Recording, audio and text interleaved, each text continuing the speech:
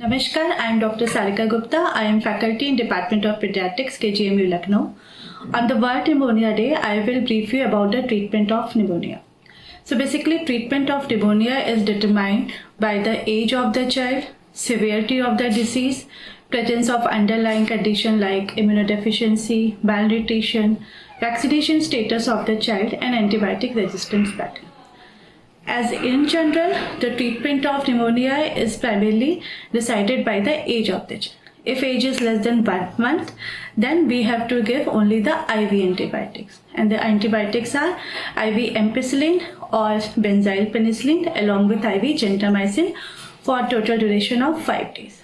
The child, after starting the treatment, need to be re-evaluated between 48 to 72 hours. If child is improving, fine, continue the same treatment for 5 days. If there is deterioration, then this child need to be evaluated and treated accordingly for other complications, for step-up antibiotics, any other alternative diagnosis. Another group is child more than 1 month of age.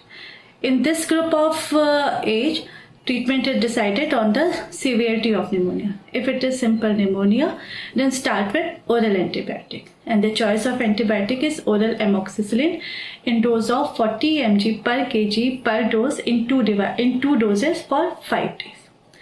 If, as told earlier, that child need to be evaluated between 48 to 72 hours. If child is improving, continue oral amoxicillin for total 5 days. If child is not improving, switch over to oral amoxicillin clavulanic acid combination in dose of 45 mg per kg per dose in dose for total 5 days. If child is more than 1 month and presented with severe pneumonia, in that condition, start with IV antibiotic, and the antibiotic of first choice is IV amoxiclavulanic acid for total duration of 5 days. Again, we have to evaluate this child also in the period between 48 to 72 hours. Improving, continue IV amoxiclavulanic acid injection for 5 days. If not improving, switch over to IV cefotaxime or ceftriaxone.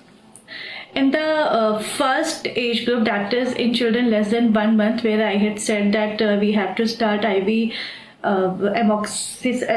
ampicillin or benzyl penicillin. If it is not available at your place, then you can shift it to the IV cefotaxime or ceftriaxone.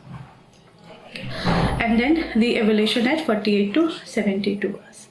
If the clinical picture suggests staphylococcal infection like presence of skin infection, or if the bacterial culture blood culture is positive for staphylococcus, then antibiotic specific for staphylococcus need to be started, which are either vancomycin, clindamycin, cloxacillin.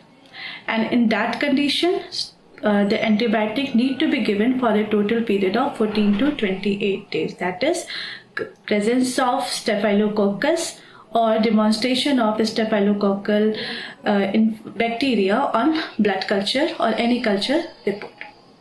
So this is the primarily the start of the treatment. And at any point, azithromycin can be added if the child is not responding to these first choice of antibiotic and there is suspicion of either chlamydia infection, mycoplasma infection, or the pertussis infection. If there is pandemic for a viral infection like influenza or the COVID, then we have to titrate treatment accordingly. In case of influenza pandemic, for severe pneumonia, add oseltamivir in a suspected child with influenza infection. For severe COVID infection, as such, there is no specific treatment advised by Ministry of Health and Family Welfare. Only the steroid has been recommended for the severe COVID infection. One important benefit that COVID pandemic had given to us is that now we are very much used to with the monitoring stuff like pulse oximeter. Everyone is now familiar how to use pulse oximeter at home for the oxygen monitoring. So any child who has pneumonia, do monitor pulse oximeter saturation. If saturation is less than 92% on room air, then this child need to be given oxygen immediately. If hemoglobin is less than 5, then we need to give the blood transfusion. Apart from this, other supportive measures include use of paracetamol for relief of fever and for relief of pain. And another important thing that need to be emphasized and that need to be told to everyone is that over-the-counter cough suppressant should not be used for the treatment of pneumonia. So this was the treatment of pneumonia, the specific treatment and the supportive treatment. If any, we usually evaluate the child between 48 to 72 hours for the improvement or deterioration.